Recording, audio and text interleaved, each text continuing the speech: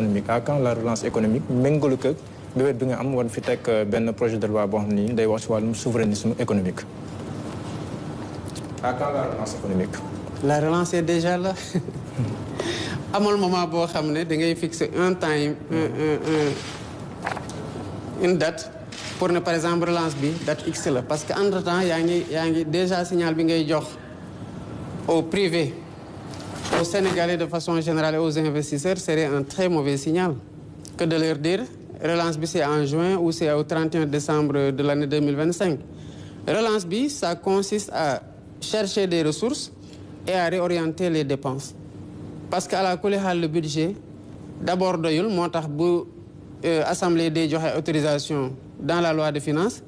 dañuy xayma déjà dépenses la ñuy njëkk a xayma ensuite door a wax ne dañuy uti ji recette wane loi de finance bi day am partie boobu day wax recette voies et moyens maanaam fu ñuy jaar ba couvrir les dépenses mooy li ma doon signaler sànq bu doyul par rapport ak li ñuy xaar ci mobiliser ko à l'intérieur parlement bi dafay jox autorisation au président de la République qui le délègue au ministre des Finances pour mu mën a leb ji sur un montant déterminé donc amul de nouveau paradigme en termes de financement yu mën a tax ñu ne lii moo fi amul woon ci façon de financer l'économie de nouveau léegi nañ ko dem uti ji tel bés lay ñëw après ñu relancer malgré conjoncture bu nu mu méttee mais ñu ngi fay la dette bi nga xamante ne moom la ñu ameel le secteur privé par exemple le secteur des BTP comme niñ ko defee avec le secteur et ba léegi ñu ngi def pourtant des investissements yoo xam ne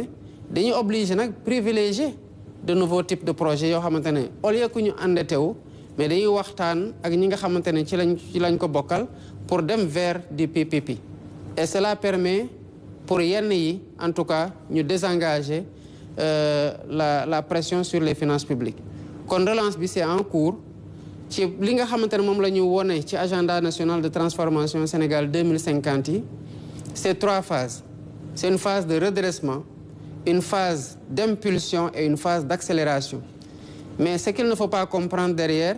c'est est-ce que dañuy toog di poser des projets et des réformes de redressement ba pare après doog a impulser après doog a accélérer non sur les 187 et plus de projets yi nga xamante ne moom lañ fi fekk parce que dañ fi fekkoon un portefeuille global de plus de 500 projets yenn projets yëpp da doon chevauché wu ñu rationaliser comme ni ñu rationaliser yeneen structures yi nga xamante ne dañu am yenn même mission yi ñu envisager leen fusionner ak yeneen yu ñu supprimer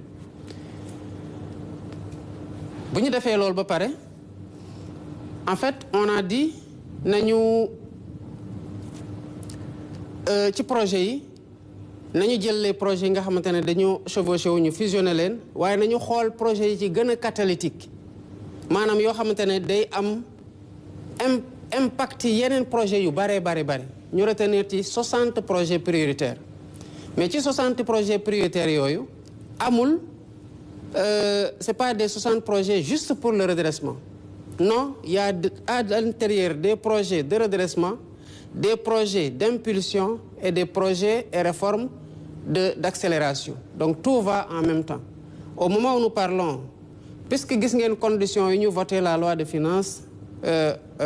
juste après une élection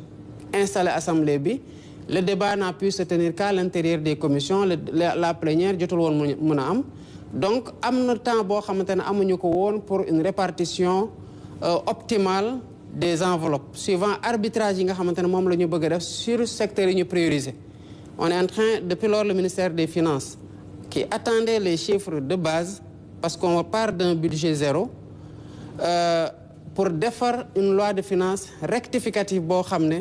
mooy la loi de finances qui permettra de faire l'allocation des enveloppes au titre de l'exercice mais aussi sur le programme triennal d'investissement mais la relance est déjà en cours maintenant il faut bien évidemment boo amee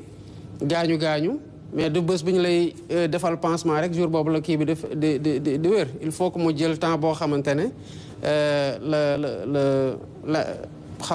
le médicament ou en tout cas le traitement va opérer te ci période boobu lañ nekk.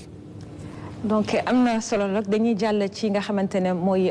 deuxième pàcc bi nga xamante ne mooy entretien bi ñu jagleel ko problématique sociale yi.